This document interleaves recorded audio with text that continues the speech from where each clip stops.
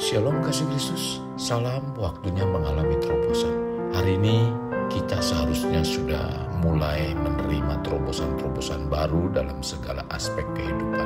Untuk mengalaminya, kita harus merubah mentalitas kehidupan. Maka dari itu, mari tetap melekat dalam Tuhan melalui renungan hari ini, agar kita diubahkan dari mentalitas budak menjadi mentalitas kerajaan. Kita berdoa. Bapa Surgawi, kami naikkan syukur buat kesempatan dan waktu yang indah bagi kehidupan kami, sehingga kembali kami disirami dengan kebenaran firman-Mu melalui renungan hari ini. Biarlah firman-Mu terus berbicara kepada kami dan urapi kami semua, sehingga apa yang disampaikan oleh firman-Mu sungguh memberikan kekuatan, menginspirasi, bahkan mengubahkan hidup kami, sehingga kami menjadi orang-orang yang kuat di dalam Engkau, dan bahkan bukan hanya kuat saja, tapi menghasilkan satu buah-buah kehidupan yang menyukakan Engkau. Ini doa kami dalam nama Tuhan Yesus kami berdoa. Amin. Melekat dalam Tuhan bertema mentalitas kerajaan. Terdapat dalam Roma 8 ayat 15 sampai dengan 16. Demikian firman Tuhan. Sebab kamu tidak menerima roh perbudakan yang membuat kamu menjadi takut lagi, tetapi kamu telah menerima roh yang menjadikan kamu anak Allah. Oleh roh itu kita berseru, ya Aba, ya Bapa. Roh itu bersaksi bersama-sama dengan roh kita bahwa kita adalah anak-anak Allah. Kekasih Yesus, banyak di antara anak-anak Tuhan tidak mengetahui identitas dirinya dalam Tuhan. Kita dijadikan sebagai anak-anak Tuhan karena hidup kita telah ditebus oleh darah Kristus dengan lunas dibayar. Maka sudah sepatutnya kehidupan kita dibentuk, diproses untuk memiliki mentalitas kerajaan. Saat kita menerima Yesus sebagai Tuhan dan Raja, kita adalah orang-orang yang telah dimerdekakan dan berhak untuk mewarisi kerajaan Allah, karena kita adalah ahli waris kerajaan Allah. Dengan demikian, sudah seharusnya kita memiliki mentalitas kerajaan, bagaimana tercatat di dalam Roma 8 ayat 14 sampai dengan 17. Apakah yang dimaksud dengan mentalitas? Definisi dan pengertian dari mentalitas adalah keadaan dan aktivitas jiwa atau batin, cara berpikir dan berperasaan. Mentalitas inilah yang akan menentukan gaya hidup, perilaku, dan keputusan-keputusan yang akan kita ambil. Kekasih Kristus, kita tahu bahwa sebagai manusia merupakan makhluk ciptaan Tuhan yang paling sempurna, di mana kita diciptakan lengkap dengan unsur roh, jiwa, dan tubuh. Roh yang Tuhan tempatkan pada diri kita itu merupakan sarana untuk berkomunikasi dengan Tuhan yang adalah roh, sementara jiwa adalah sarana untuk menggerakkan tubuh manusia dalam bersikap atau bertindak, berpikir, dan perasaan. Jadi, seluruh pikiran, perasaan, dan tindakan kita merupakan aktivitas dan perilaku sebagai gaya hidup warga kerajaan Allah. Apa yang dimaksud dengan kerajaan? Kerajaan terbentuk karena adanya area atau daerah kekuasaan dari seorang raja. Kerajaan akan bergerak dan berfungsi bila ada seorang raja, dan kerajaan adalah suatu kekuasaan atau kedaulatan yang dikendalikan oleh raja. Dalam Mazmur 103 ayat 19 mengatakan, Tuhan sudah menegakkan tahtanya di surga dan kerajaannya berkuasa atas segala sesuatu. Pengertian kerajaan baik dalam perjanjian lama maupun dalam perjanjian baru adalah kekuasaan untuk memerintah atau berbicara tentang kedaulatan raja dalam pemerintahan atau kekuasaan.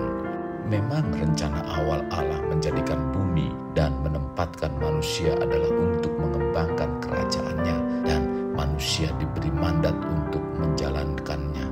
Sesungguhnya sudah selayaknya manusia memiliki mentalitas kerajaan, dan Allah juga berkehendak agar itu menjadi budaya dan gaya hidup manusia, sehingga dari seluruh aktivitas manusia dapat mencerminkan mentalitas kerajaan Allah.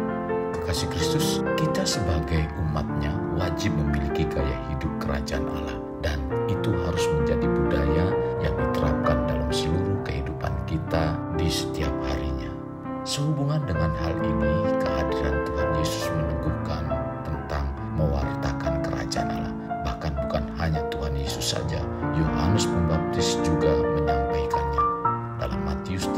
kedua mengatakan, bertobatlah sebab kerajaan Allah sudah dekat. Kerajaan Allah diwartakan oleh Yesus saat Yohanes Pembaptis ditangkap. Dalam Matius 5 ayat 17, sejak waktu itulah Yesus memberitakan, bertobatlah sebab kerajaan Allah sudah dekat. Kehadiran Yesus di dunia untuk menghadirkan kerajaan Allah. Karena itu, dalam doa Yesus mengajarkan, Bapa kami yang di surga, dikuduskanlah namamu. Datanglah kerajaanmu di bumi seperti di surga. Jadi ketika kita berbicara tentang kerajaan Allah, bukan berbicara sesuatu yang abstrak atau jauh di sana dan sulit dibayangkan, tetapi berbicara tentang kehadiran Tuhan dan kedaulatan kuasa-Nya yang dapat dirasakan dan dialami secara nyata.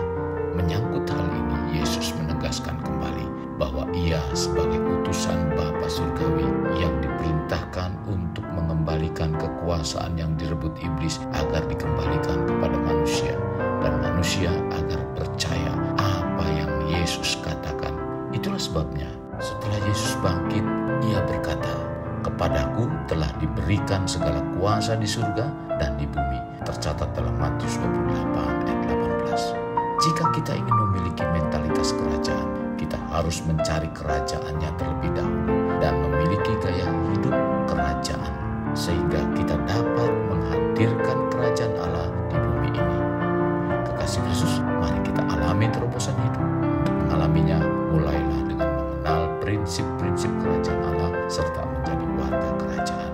Kita berdoa, Tuhan terima kasih buat firman yang begitu menguatkan kami, dan biarlah kami terus ditempa agar kami mempunyai mentalitas kerajaan, bukan mentalitas budak yang mudah diintimidasi dan gampang sekali menyerah.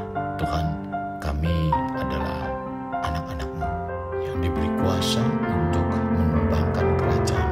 Maka dari itu biarlah memiliki gaya hidup kerajaan Allah, dan itu merupakan budaya yang kami lakukan dalam hidup kami sehari-hari. Tuhan, itulah yang Engkau kehendaki, bahwa kami memiliki mentalitas kerajaan. Pimpin kami dan mampukan kami agar kami tetap melakukan itu. Ini doa kami, dalam nama Tuhan Yesus kami berdoa. Amin. Kasih Kristus, mari kita akhiri dengan mengedahkan kedua tangan kita. Terimalah anugerah berkat dari Allah Bapa, kasih sayang daripada Yesus Kristus, dan persekutuan dengan Roh Kudus yang mencurahkan berkat secara rohani, berkat secara jasmani, dan berkat secara ekonomi, di mana berkat Abraham, berkat Ishak, berkat Yakub dicurahkan dan dilimpahkan dari saat sekarang sampai Maranatha tiba, dalam nama Tuhan Yesus. Amin. Kekasih Kristus, saya ucapkan terima kasih untuk kesetiaan saudara mendengarkan renungan ini. Biarlah kita senantiasa terus menjadi alat dan berkat Tuhan melalui renungan yang kita dengar dan membagikannya kepada saudara-saudara seiman kita yang lainnya, sehingga renungan ini mencapai 1000 subscriber. Sampai jumpa di renungan berikutnya. Tuhan Yesus